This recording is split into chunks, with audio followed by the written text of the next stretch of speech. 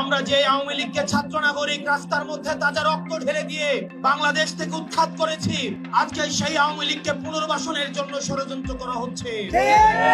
আওয়ামী লীগ একটা লোককে একেবারেই দেখতে পাচ্ছে না এবং বাংলাদেশে তো আলটিমেটলি 30-40% পিপল আওয়ামী লীগকে সাপোর্ট করে। সেনাপ্রধান লাস্ট আমাদেরকে বলেছিল যে আমি বুকে পাথর চাপা দিয়ে এই সিদ্ধান্তটা মেনে নিচ্ছি।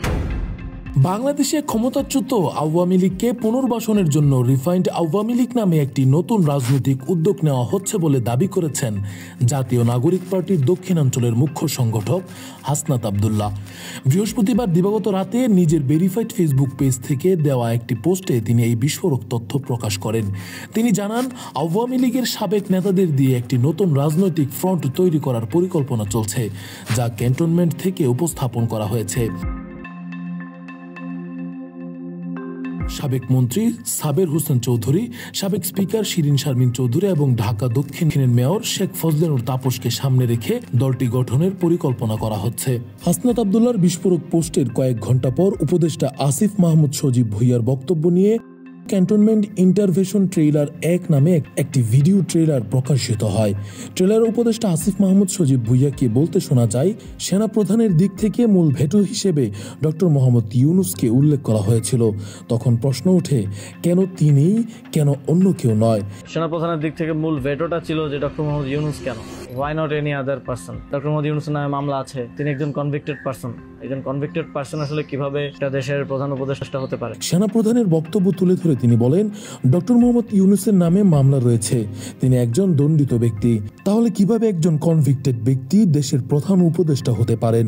ট্রেলারের এক পর্যায়ে সেনাপ্রধানের একটি চাঞ্চল্যকর বক্তব্য উঠে আসে, আমি বুকের পাথর চাপা দিয়ে এই সিদ্ধান্ত মেনে নিয়েছি। সেনাপ্রধান লাস্ট আমাদেরকে বলেছিল যে আমি বুকে পাথর চাপা দিয়ে এই সিদ্ধান্তটা মেনে নিচ্ছি।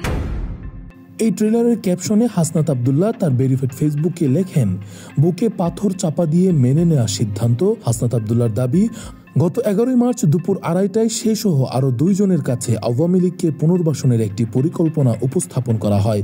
তাদের বলা হয়, যদি তারা আসন সমঝোতায় রাজি হন তাহলে আওয়ামী লীগকে পুনর্বাসন করা হবে। তিনি জানান, ইতোমধ্যে একাধিক রাজনৈতিক দল শর্ত সাপেক্ষে এই পরিকল্পনায় সম্মতি জানিয়েছে। আমাদের বলা হয়, রিফাইন্ড আওয়ামী লীগের নেতারা এপ্রিল-মে মাসে শেখ হাসিনাকে অস্বীকার করে বঙ্গবন্ধুর আদর্শের আওয়ামী লীগ গঠনের ঘোষণা দেবে। তিনি এই পরিকল্পনার বিরোধিতা করেন এবং প্রশ্ন তোলেন, যে দল এখনো অপরাধ স্বীকার করেনি তাদের ক্ষমা করা যায় না। এ সময় ক্যান্টনমেন্ট থেকে প্রতিক্রিয়া জানানো হয়, তোমরা কিছুই জানো না, আওয়ামী লীগ ছাড়া ইনক্লুসিভ নির্বাচন সম্ভব নয়। হাসনাত আব্দুল্লাহ স্পষ্ট জানান, তারা এই পরিকল্পনার ঘোর বিরোধী। তিনি বলেন, আওয়ামী লীগকে ফেরানোর চেষ্টা হলে আমাদের লাশের উপর দিয়ে যেতে হবে। নিজের নিরাপত্তা নিয়ে আশঙ্কা প্রকাশ করে হাসনাত আব্দুল্লাহ বলেন, এই পোস্ট দেওয়ার পর আমার কি হবে আমি জানি না, কিন্তু আওয়ামী লীগ নিষিদ্ধের প্রশ্নে কোনো আপোষ নেই। হাসনাতের এই বক্তব্যকে সংহতি জানিয়ে সার্জিস আলম তার ভেরিফাইড ফেসবুক পেজে পোস্ট করেন, লড়াইয়ের 2য় অধ্যায়ের জন্য আমরা প্রস্তুত। গণহত্যাকারী আওয়ামী লীগের নিষিদ্ধকরণ পর্যন্ত এই লড়াই চলবে। হাসনাত আব্দুল্লাহর পোস্টের পর রাজনৈতিক অঙ্গনে তীব্র প্রতিক্রিয়া সৃষ্টি হয়েছে। কেউ কেউ তার নিরাপত্তা নিয়ে উদ্বেগ প্রকাশ করছে, আবার কেউ এই বক্তব্যকে নতুন রাজনৈতিক সংকটের ইঙ্গিত বলে মনে করছেন। আওয়ামী লীগকে পুনর্বাসনের পরিকল্পনা আদৌ বাস্তবায়িত হবে কিনা তা নিয়ে এখন আলোচনা তুঙ্গে। রাকিবুল ইসলাম রইস, ফেস দ্য পিপল।